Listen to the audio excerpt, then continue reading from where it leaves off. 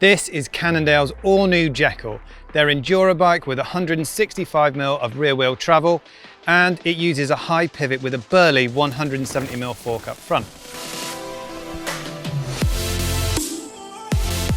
Before I go on any further, a big thanks to our sponsors Freewheel for decking me out in this riding kit you can see here. If you want to know any more, check the links in the description. I've been lucky enough to ride this new bike, and I'm going to go into some ride impressions later in the video. But first, here are 5 things you need to know about the new Jekyll. 1. The new Jekyll uses a high pivot and 4-bar linkage suspension layout. 2. There's 165mm of rear wheel travel, which is matched to a burly 170mm fork up front. 3. Each frame size has specific suspension kinematics and rear centers.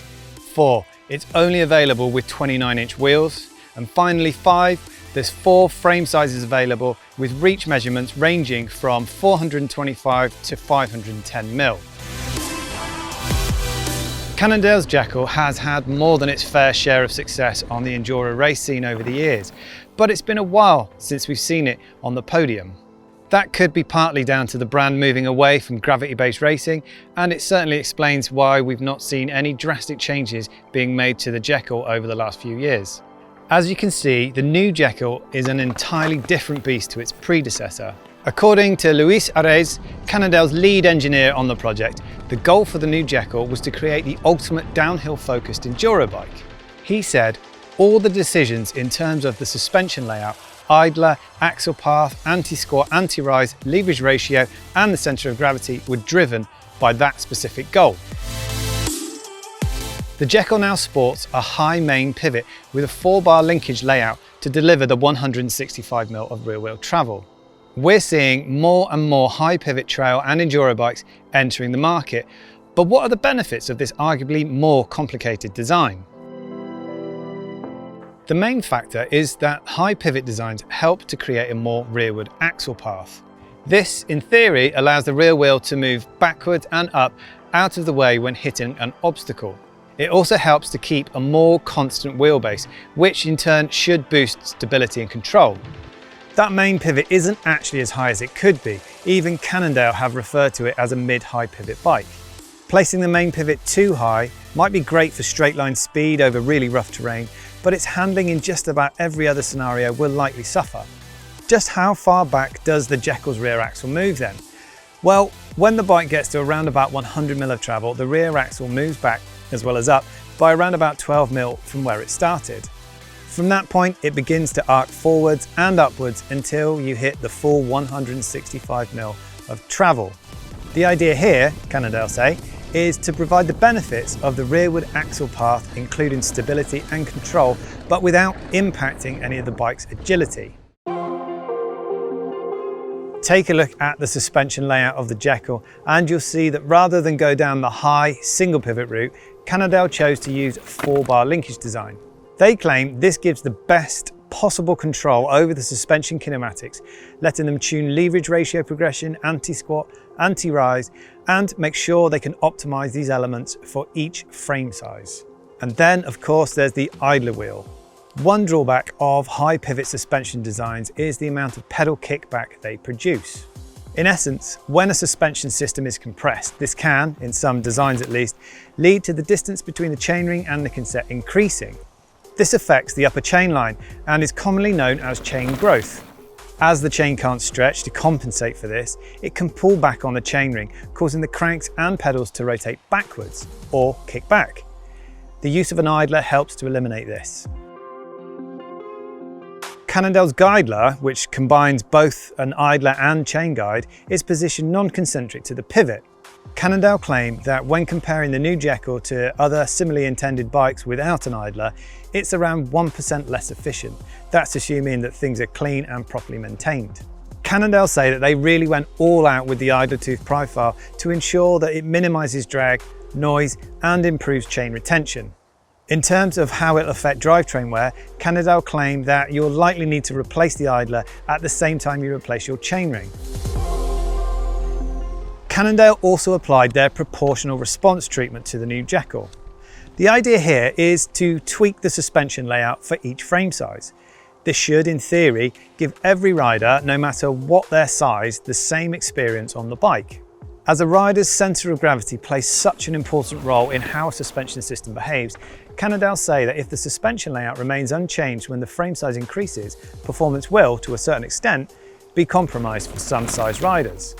This design approach means each frame size gets its own customised suspension layout with different pivot locations, leverage ratios, and some variation in anti-squat, anti-rise and axle path too. But proportional response extends even further than this, just as we saw when it debuted on Cannondale's Habit back in 2018. Ultimately, alongside specific suspension layouts for each frame size, the new Jekyll also sports specific geometry too. With a focus on downhill performance, Cannondale spent a lot of time looking into the rider's centre of gravity and how it's distributed between both wheel axles. To keep things consistent between frame sizes, Cannondale have used size-specific chainstay lengths for each frame size. These grow by a different amount per frame size, allowing the rider to be centred on the bike. If you're wondering where the rear shock is, then you'll need to look inside the gravity cavity. When the team set about designing a bike that's bias is 90% downhill performance focused, they wanted to do everything they could to boost its stability.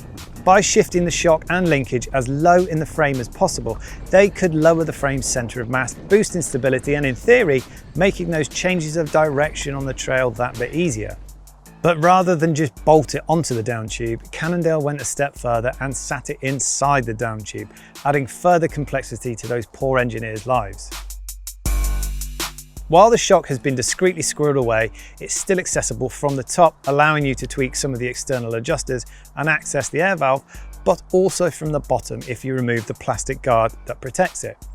Unfortunately for Cannondale, during the Jekyll's design process, Fox actually altered the layout of their Float X2 rear shock, shifting the high-speed rebound damping adjuster away from the reservoir and onto the shock body.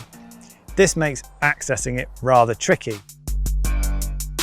While many brands have adopted SRAM's new universal derailleur hanger, Cannondale just couldn't make it work with the pivot placement at the back, claiming that altering that pivot position would be a compromise to the performance, so they just didn't go for it. Like many of their bikes, the Jekyll gets Cannondale's AI offset drivetrain treatment too. This asymmetric design offsets the drivetrain to the right-hand side by 6mm, which in turn helps position the rim more centrally between the hub flanges. This should improve spoke angle and create a stronger, stiffer wheel. Cannondale claim this also helps to improve tyre and mud clearances within the swing arm. Now let's talk about the Jekyll's geometry. The Jekyll is only offered with 29-inch wheels. There's no option to run a mixed wheel size setup, and Cannondale aren't making a 650B version of the Jekyll.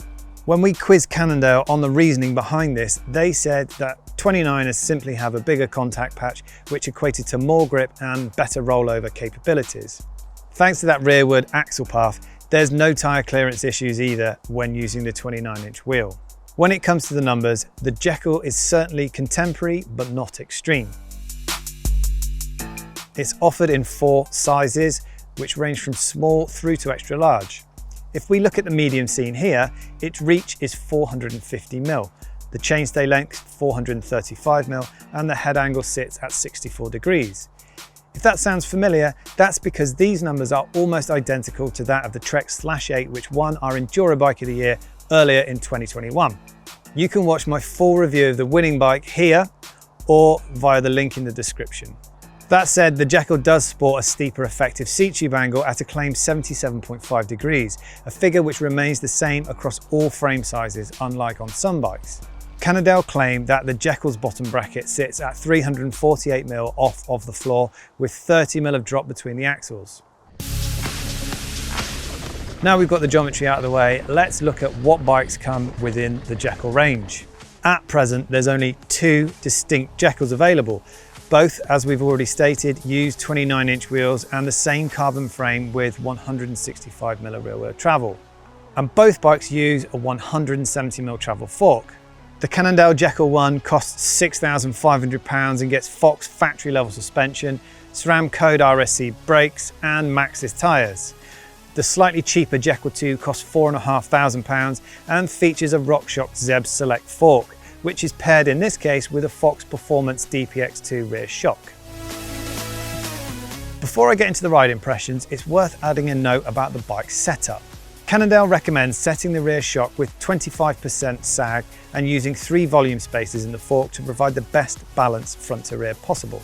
I tried running a little more shock sag and did find this seemed to make the Jekyll feel less dynamic and harder work when riding mellower trails. With the sag set at 25%, the balance and ride dynamic felt like it had been restored. While all bikes have an optimum operating window within which they perform best, it seems that the Jekylls may be a little narrower than some. Luckily, Cannondale will provide customers with complete setup guides to ensure they have a good place from which to start. Finally, before I get onto the good bit, I do have a little grumble. Reaching the X2 shock's high-speed rebound adjuster dial really isn't easy. As I've already mentioned, the layout of the shock actually changed while the bike was being designed, so technically it's not really Cannondale's fault. Still, to make adjustments, I found myself having to unbolt the shock guard and then use a small Allen key to try and coax that adjuster around. Obviously, once I'd found my preferred settings, this was no longer an issue, but still, it is a bit of a faff. Now, what's the bike like to ride?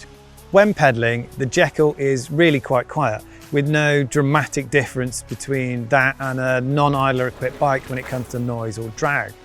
On the climbs, I was impressed by just how calm the Jekyll felt under power, with very little in the way of suspension bob when sat down. At no point did I bother to flick the low-speed compression lever on the shock to firm things up, and besides, it's actually quite tricky to reach anyway.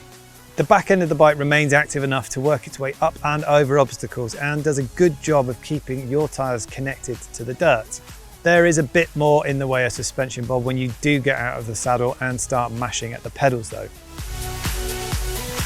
When it came to tackling mellower descents, with the sag set, like I said, at 25%, I felt that I could comfortably load the bike and pump through undulations, gaining or at least maintaining that speed. This wasn't the case when the bike was set up with 30% sag though, where it just felt stuck to the floor and far less dynamic.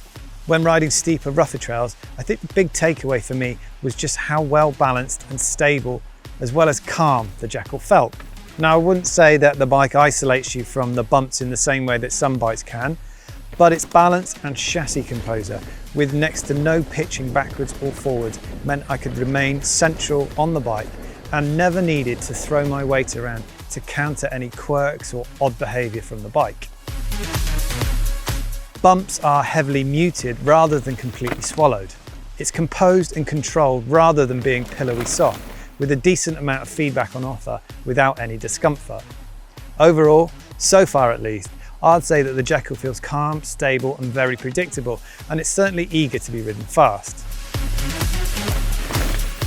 It's refreshing to see Cannondale getting back into this part of the market, but will this feature-packed frame that's been toiled over for the past 3 years get them back to where they used to be? And could this be the dawning of a new era in the world of mountain biking for Cannondale? What do you guys think? Do you like the look of the new Cannondale Jekyll? As always, be sure to let us know in the comments below.